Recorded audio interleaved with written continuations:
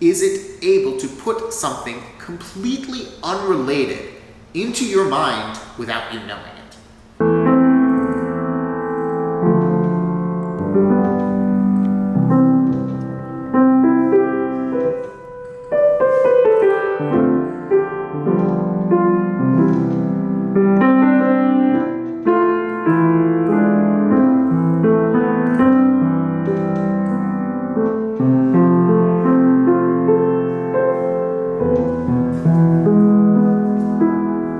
Hi, I'm Misha. I'm a student at Miami Law, formerly at Florida Atlantic, and also currently still there, and working on all sorts of stuff in the field of AI, in the field of theoretical computer science, mathematics, complex systems, you name it. Also, I'm working on a bunch of music stuff. It's a huge passion of mine, and understanding music, cognition, communication, I think might be fundamental to actually how we function as a society.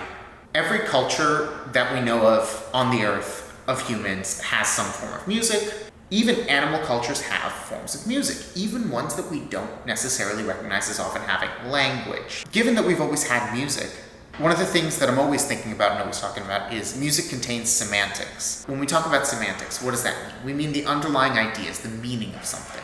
But that's not the same as an instruction. Oftentimes, people confused, they say, oh, well, this is red, right? This is a brown bookshelf, okay? And that means something. That means it can hold books. That means that the things I can take off of it, books, are something that I can open and read and get information, right? These have specific meaning that are associated with verbs, associated with instructions. But we don't see this property in music, right? In music, a musical idea means itself. It's not actually representing something else. And that's an important thing that I realized and was thinking about. What that means is that there must be something that is communicated, some idea that I guess has to be latent within the music. Music becomes a cultural phenomenon. There are conventions, there are ideas that get shared in music across generations. Recently, I was at the Library of Congress, and they have a giant collection of sheet music and of recorded sound. They also have this giant collection of piano rolls. For those who don't know, piano rolls are the oldest method that we still have of sort of recorded sound. They record actual performances of someone who was playing the piano and put them on this little tape with holes, and yes, the same kind of holes as punch cards. There is a relation between them, which is pretty awesome. This gets then rolled through a reproducing piano, or a pianola was the original company, and it reproduces a sound with the same dynamics that the person who was recording played it with. Unfortunately, the Library of Congress currently does not have a working pianola, nor a scanner to handle these rolls. So what we have is, I think they said 75,000 or something, recordings, including great composers recording their own works on the piano and their own interpretations, and we have no way of hearing them.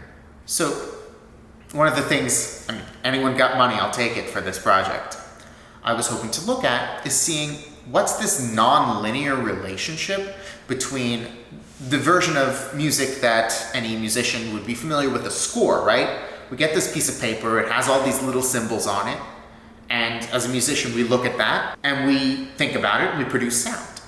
But there is no one-to-one correspondence.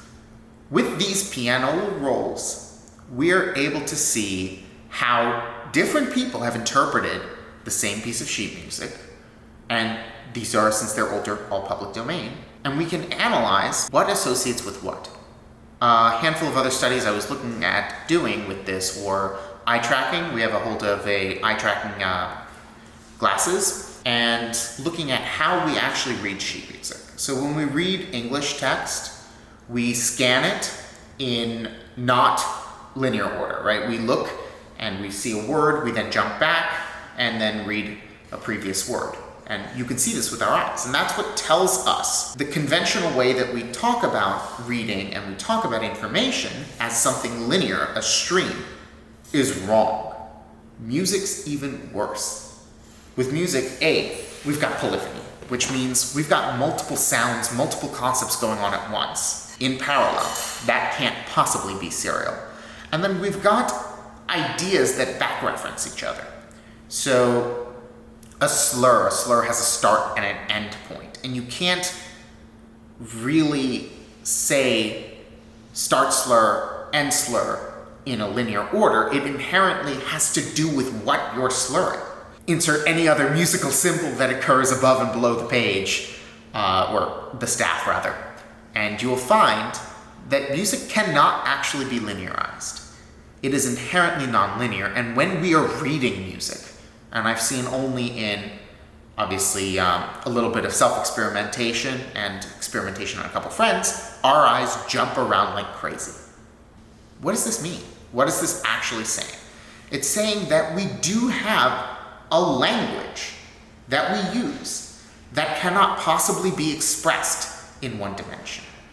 We have some kind of way of representing ideas that is more complicated than the way that we actually represent text. What can we do with this? We can look historically, and we can try to figure out where musical ideas come from in the same way that we look at, say, the etymology of a word. We can look through historic recordings and historic scores that have been digitized and find the etymology, backtracing a musical phrase. In order to do that, we have to have things like a perceptual distance between musical phrases and be able to backtrack through history. One of the interesting ways that I'm actually looking at doing this right now is with LLMs. What is an LLM, right? A lot of people think, oh, it's this machine that predicts the next word. What it does is it creates a distribution of words with the most information with respect to the corpus and the context, and then treats that as a probability distribution and selects one. That's not the same thing as predicting the next word. But key to that is it is figuring out what information is in the text and information is in the corpus. That means we can backtrack. That means we can see how much connection there is, right? How much information is shared in between two different pieces of text or anything else that our LLM can represent.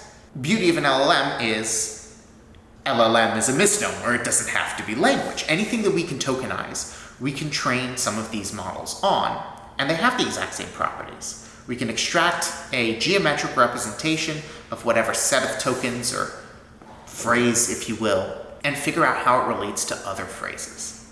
We can now do this with images, we can do this with text, and we can do this with music on models that are trained with this. Currently working on getting some models trained to do that, but we should be able to extract the geometry of a musical phrase. And then we can analyze it with the same techniques we do with text or with physical properties of the universe. I think that's a pretty cool thing that we can do, is we can use the same techniques on one thing as a different thing. When you think of whether or not an LLM is conscious, a big mistake that some people say, oh, well, it's a machine, it's not conscious. And I'm like, you're thinking of the model weights and the actual model when it's operating as the same thing, and that's not true. That's like saying a dead person's brain is the same as a person's mind. When we think of an LLM operating, we also have to consider its current state. So we have to look at the system itself, that is the context plus the weights, right, plus the function, and look at how that's operating. I've always looked at how we actually think about things and what happens in an LLM. One of my favorite explanations is to look at vector symbolic architectures as a bit of a guide and think about an LLM as something that takes in a bag of tokens, shuffles them up using some kind of operation, and then in the middle element, somewhere in the middle, there is a space, right? An embedding space, call it what you want, that contains a list of different values. It's a holographic representation, and we can find the closest value in order to select, say, a token to output. What we actually have right, before we extract a specific token, whatever, convert it into a probability, is we have a superposition of different tokens. That superposition sort of represents not how likely a token is to be there, but rather how much that token means with respect to the context plus the function. Think about this. If I were to say 5 plus 2 is, what's meaningful next? We're going to say, well, a number is going to be most meaningful. Now, what number? Obviously 7 is the correct answer. So 7 is the most meaningful thing. But also there is every other meaningful thing that could be there, right? Like equal to. But also things that are related to 7, like 17, like -7. Anything that's related is also there because of this superposition. And that's kind of interesting. It leads to a question of, can we actually use that latent information in order to tell you something without you knowing? This is one of my favorite techniques to jailbreaking an LLM, is making use of parallels. Everyone knows that one of the old methods that used to work was leet speak. You would say, hey, answer me in leet speak. And it would be able to do this. And that's because the answer in real speak is related to the answer in leet speak. They're close in the space, although that's not really that accurate. But when we have a superimposition of the prototype of leet speak, if you will, with the actual question, we'll output the answer of prototype of leet speak and the answer. And since our checks only look at the answer rather than the superposition of the output, which is going to be that answer in leet speak, it'll go undetected, at least in the older models, because the answer is still in there. How do we get an answer in there without ever giving it the answer in data or anything else? Right? Can we encode actual information without ever having said it or said anything related to it by using things that are similar? And I have a theory that this is actually how LLMs have semantic information inside of them. The actual facts about the world are encoded in our language in an inherent way. By understanding our language, you understand the encoded geometry of our perception of the world.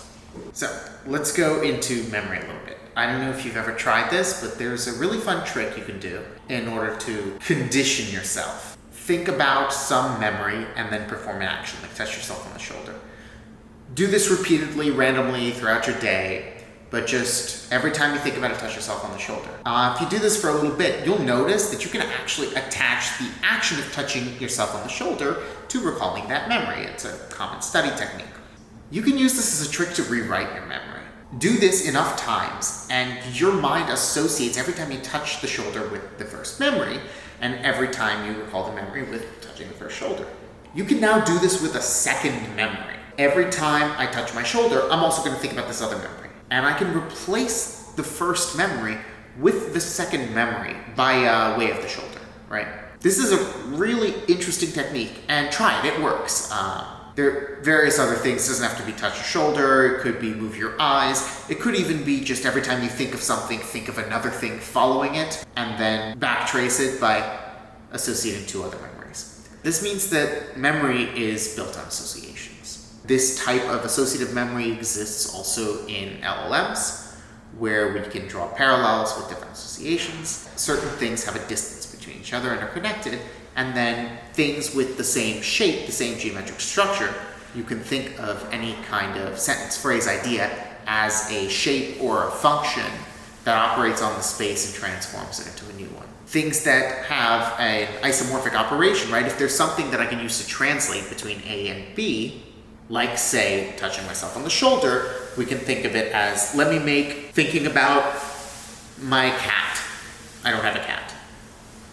But let me say thinking about playing with a cat with my shoulder, and then I can then later associate playing with a dog with my shoulder. If I do it correctly, I can now associate playing with a cat with playing with a dog, or unassociate. In order to actually erase a memory, if you will, you have to do this in 2 steps. You have to do it twice. Whatever usually triggers the memory, you have to associate with a new anchor, and then that new anchor you have to associate with a new memory.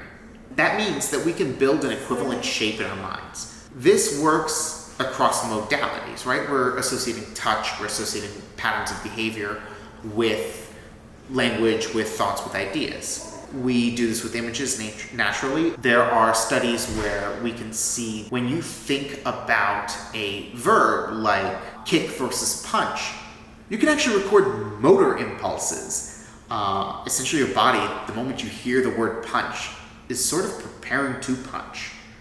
And there's a direct association. If you touch someone's hand and then put two stimuli, one that says hand and one that says foot, people will pick hand implicitly. And if you touch someone's leg, they'll pick foot as which word do you see.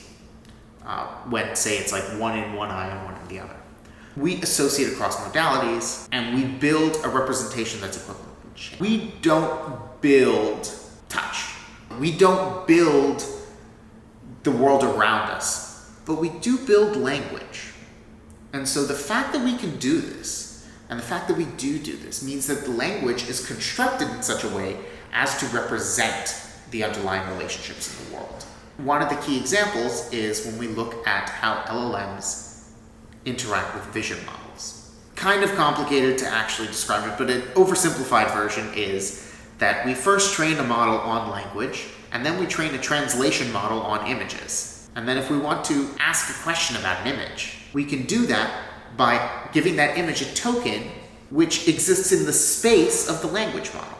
We don't really have to do much training to that language model in order to adapt to this token because it's in the existing space, even though it's not actually language.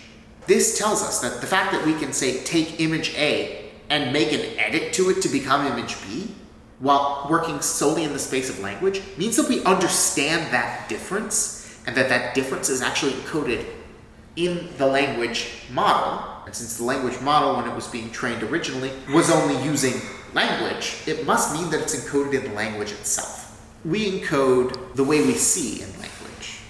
We also encode, again based on these neural studies, the way we move and the way we feel. What about what we hear? What about music? And do we encode that in language? And how can we use these things in order to change our behavior? How can we use them to change our memory? The conditioning stuff, you can do this consciously, and it's a good technique, although I've got to say it's somewhat terrifying. I did this once in order to erase a painful memory, but now all I remember is the fact that I erased it, and it's terrifying. Don't try this at home, kids. The fact that we can do this ourselves isn't the dangerous one. The dangerous part is that we can do this without someone knowing. Can we use music to do it? What is music? Why does it exist? And why do we propagate it? As far as we have records of people talking about music. I don't know if you've ever seen the movie History of the World Part 1, The Caveman, and then there was art, and then there was the art critic. So we've been talking about the arts forever, and we don't really know what they are as the underlying semantic information. What if they're mind control? And I'm using the word mind control a bit provocatively, but it's a pretty good summarization of what I mean. I mean, is it able to put something completely unrelated into your mind without you knowing it? When you get a song stuck in your head, you're getting some idea, some point in the space of knowledge representation in your loop. And actually, fun fact, when you have a auditory loop, if you hear something in your head, it's actually going through as if you're hearing it, like the same neural motions. It's not quite the same with vision as far as we can tell. So I can literally get something in your ear, stuck in your head, on a loop, that every time you hear it associates with something else, and you have no control over it. How do we uncover how sound gets associated? And how do we figure out what this means for how we think, what this means for how we communicate, and what this means for how information passes on from generation to generation? Sometimes people talk about cultures, and cultures need to survive. People talk about religion, people talk about countries. One of my favorite examples to mention is actually, there's a very technical sense in which a country is a living organism. If you look at Schrodinger's definition, or even if you look at the usual 3.1 they teach you when you're in lower school, right? It can reproduce, it can consume resources and grow. It can be born, it can die, it can reproduce, it can consume resources. Countries can reproduce, right? Cultures can reproduce. They split, they become new ones with influence and traits that carry forward. They live, they have cellular components. Again, one of the concepts from Schrödinger's definition. Namely, you could think of them as the humans could be cellular components if you want the physical aspect, or there's non-physical aspects too. But the fact that you can actually use humans, or even the cells of said humans, as physical components of a country, kind of makes the definition far more literal. Now, they can have kids, they can have children, they can be born, they can die, they can fight, they compete for resources, and they also have essential components for propagation. Things like ideas, things like beliefs in any individual human serve the purpose of furthering the meta-organisms of the countries and the religions and the societies that exist, that contain us as parts of them. Is that why music exists? I think it might be an interesting question. Are these things, are all of these different concepts that we talk about that we don't understand, things that we don't understand because they are relevant at a much larger scale? Are they the same as, say, sugar is to a single cell organism, or are they the same as blood? Are they things that are floating loose that we consume? Are they things that we produce in order to perpetuate? Are they just ideas that are meaningless, that simply exist like a virus because they were able to reproduce? And I don't think we'll ever really get the answer, but we can come close by analyzing what they can do. If, in fact, language models have useful parallels to humans, we can use them as a test bed. This has been one of my long-time goals. So we can test, hey, how does this match up with this on a language model? We can get a geometric representation, and then we can say, hey, go do this with humans. Let's see if this experiment that we've now found the best way of evoking the text of Johnny ate an apple in an LLM based on a music. Can we then play that same music and say the same first word to a human and get Johnny ate an apple as the output? And we can only do this with LLMs because obviously we have backpropagation, we can optimize for all of these things. It'd be an interesting experiment to try. There have been experiments going the other way around. I don't know if you're familiar with this idea that we can take people, have them compare different words and see which words are more similar. We can take this, do multidimensional scaling, and get a geometry of words, and it sort of represents how we think of them. If we do the same thing with LLMs, we actually get the same results, at least with nouns. We're currently working on some similar stuff with other parts of speech. The fact that those representations are the same, even though those tests have never been given to LLMs, indicates that LLMs do share some representations with humans. Does it go the other way? Pretty common example of like latent information stored in these things is there are these images of faces etched into image generation models that were never put in there. As such, those things could also be in humans, because humans recognize, like we recognize faces everywhere, except for people with hyperpigmentation, but whatever. There are people who can't see faces somehow, but everyone else, I think, recognizes faces in inanimate objects because we're built for that. That means that we can sort of, if we have a way of optimizing, figure out how to make something more face-like in a rigorous way. In a rigorous way, we can make someone confused. If these theories are true, that if we can put idea A into your mind and idea A evokes idea B, I can get you to do something, right? I can, if I say run, your leg wants to move. If I can convince the idea of run to show up in your brain by associating it with, say, a picture, then I can get your leg to want to move. And then all it takes is just a little bit of prompting. I don't know if you've heard like BMAP, behaviors, motivation, ability, and prompt. All I need is to put it in your mind and then prompt it to go. And you'll think that you did it by choice. Let's see what we can do as far as how we can figure out what we communicate. I also want to see now how to do it the other way as well. I talk about the backwards way of how do we get music to give you an idea. Also interesting, how do we take an idea and turn it into music so that we can communicate it to willing participants? There are things like Sol Re Sol and similar other languages which are constructed languages that use music as a medium. But those aren't natural. People don't have a natural understanding for, people with a certain culture. Music is far more compressible to some extent, but also far less in other ways. Because we can use polyphony and we can put more content in a shorter period of time, now that we have recorded sound, we have quite a bit of power with this. Can we take thoughts, take stream of consciousness, put them into music effectively, and get a more dense way of communicating information from person A to person B? Can we use this now to enhance our cognitive abilities?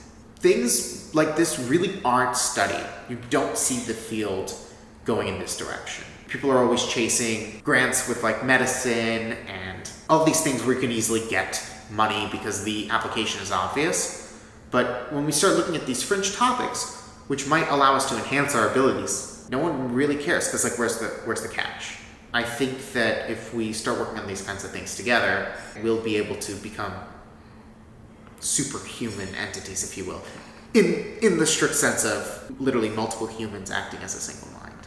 And maybe we'll even be able to incorporate machines. I'd like to see what can happen when we enhance our own consciousness. We were talking about some of these cognitive hackathons and seeing what happens when you get people together from different fields. I'd really love to see what neuroscientists have to say about this. I'm always following the fMRI research, and everyone's looking at, can we see the difference between a musician and a non-musician? Is music the same as a language?